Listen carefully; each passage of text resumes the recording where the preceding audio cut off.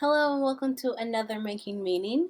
This week we are going to be reading Me First, and I have some discussion questions that you can answer to me or on to Schoology. But first, let us go over some vocab words.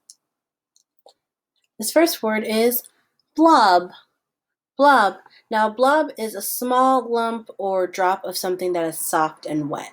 So it seems to be a blob of oatmeal. Blob.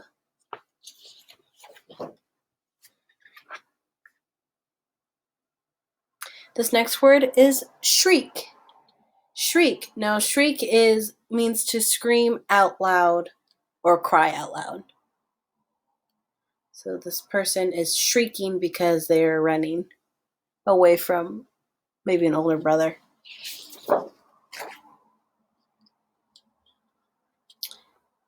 This word is congratulate. Congratulate means to tell someone that you are happy for them or for their good fortune or success. So this teacher is congratulating their student for graduating from school.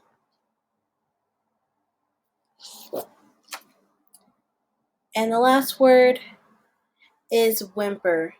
Now, whimper means to make a weak or soft crying noise.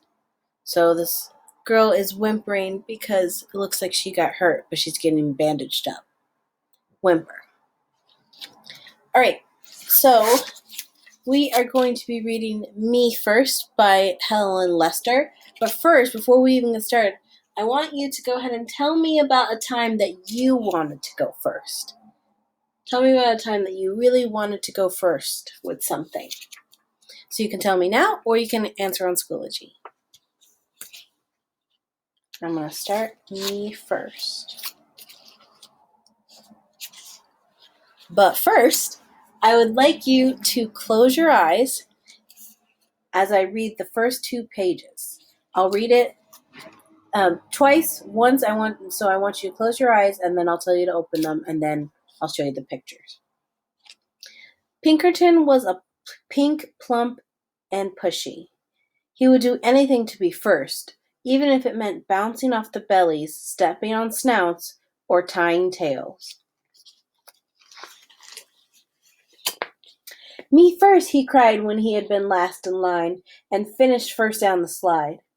Me first he cried at story time, settling his round bottom with his big head right smack in front of the book. All right, so after those 2 pages, how do you picture Pinkerton in your mind? How do you picture him? So you can tell me now, or you can answer on Schoology. And now you can open your eyes, and I'll reread the first 2 pages. Pinkerton was pink, plump, and pushy. He would do anything to be first, even if it meant bouncing off bellies, stepping on snouts, or tying tails.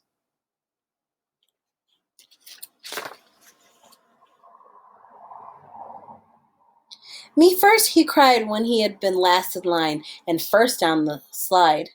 Me first, he cried at story time, settling his round bottom with his big head right smack in front of the book. And every day in the school cafeteria, Me First rang out, and there was Pinkerton.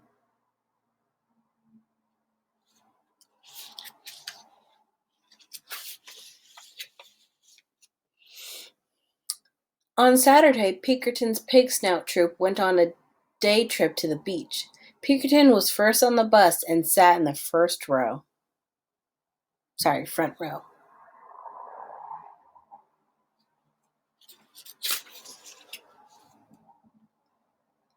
He was first off the bus, first in the water, first out of the water, and first into the picnic basket.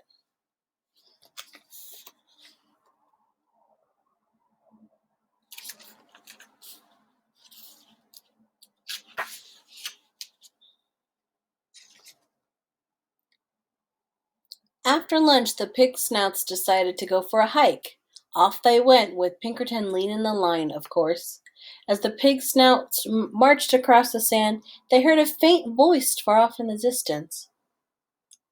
The voice called out, Who would care for a sandwich? Pinkerton pricked up his pointy ears. Care for a sandwich? Oh, yes, me first, he thought, and he began to trot ahead of the others.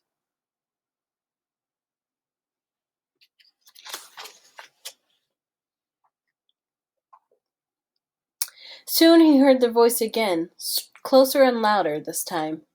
Who would care for a sandwich? Me first, cried Pinkerton, kicking up sand and leaving the other pig snouts far behind. His imagination almost burst. Peanut butter, jelly, 2 tomatoes, 7 pickles, a slab of cheese, a blob of mayo, a big smear of mustard, all for me first. Who would care for a sandwich?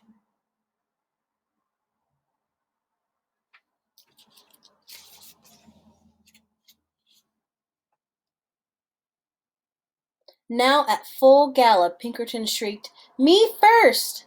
Over a sandy hill he flew and kerplop! He landed face to face with a small creature with a bump on her nose and fur on her toes. I'm glad to see you, she cackled. I sure could hear you coming. Me first, me first, me first. I guess you really would care for a sandwich.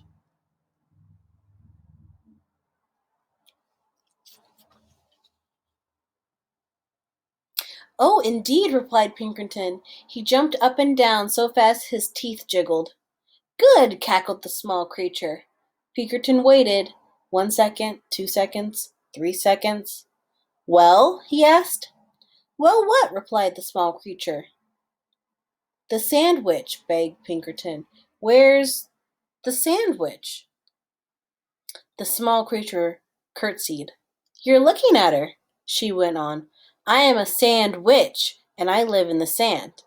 And you said you would care for a sandwich. So here I am. Care for me.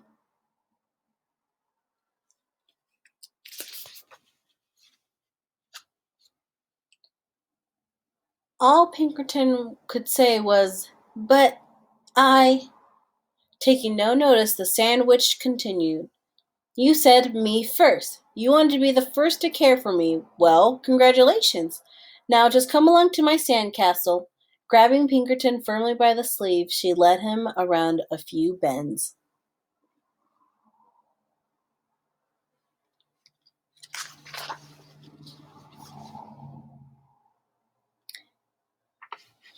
But before he could say, But I, again, the gate to her castle closed. All right, my pink, plump, and pushy one, now you care for me.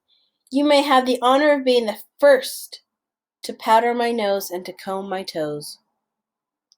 Seeing no way out, Pinkerton powdered her nose and combed her toes.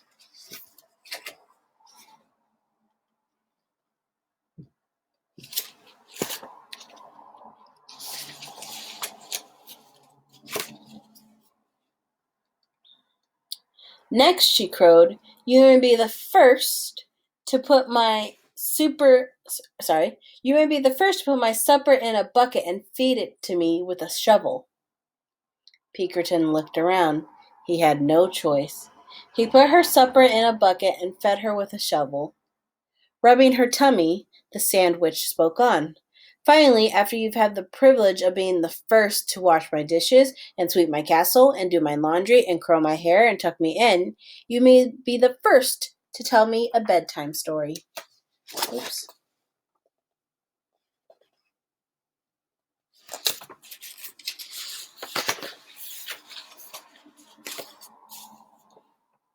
Pinkerton washed the dishes, swept the castle,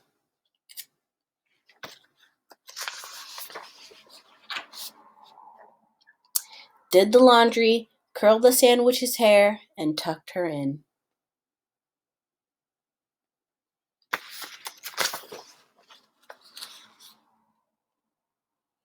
Oops. The sandwich stretched and yawned loudly. Now the story. I need my story. Pinkerton was so tired he could barely speak. I don't know any stories, he whimpered. Then how about making something up? Oh, How about something concerning a big pushy pig who always wanted to be first? Pinkerton sighed and began. Once upon a time there lived a pig who always wanted to be first, until one day he met a wise sandwich. Wise and beautiful, cut in the sandwich. Why a wise and beautiful sandwich who showed him that first was not always best.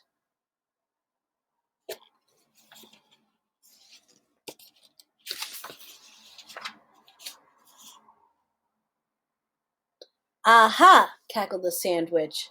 She gave Pinkerton a slow, serious, and meaningful wink. Have you learned something? Oh, yes, yes, yes, said Pinkerton. I promise I have. In that case, thanks for the care. Goodbye and good luck. She opened the gate and Pinkerton sped off so fast he didn't even notice the delicious sandwich she held out for him.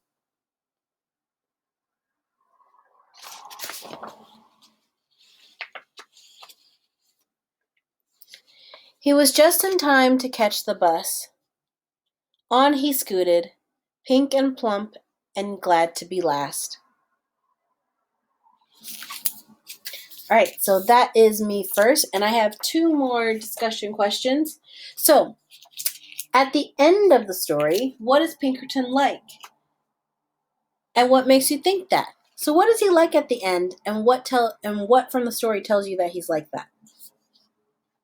Number 4, what is an important lesson that Pinkerton learns, and why is that lesson? Sorry, and why is that an important lesson for everyone to learn? So it's two questions. What important lesson did he learn in the story, Pinkerton? And why might that lesson be good for everyone to learn? All right, so you can answer me or you can answer on Schoology. Thank you for listening. Bye.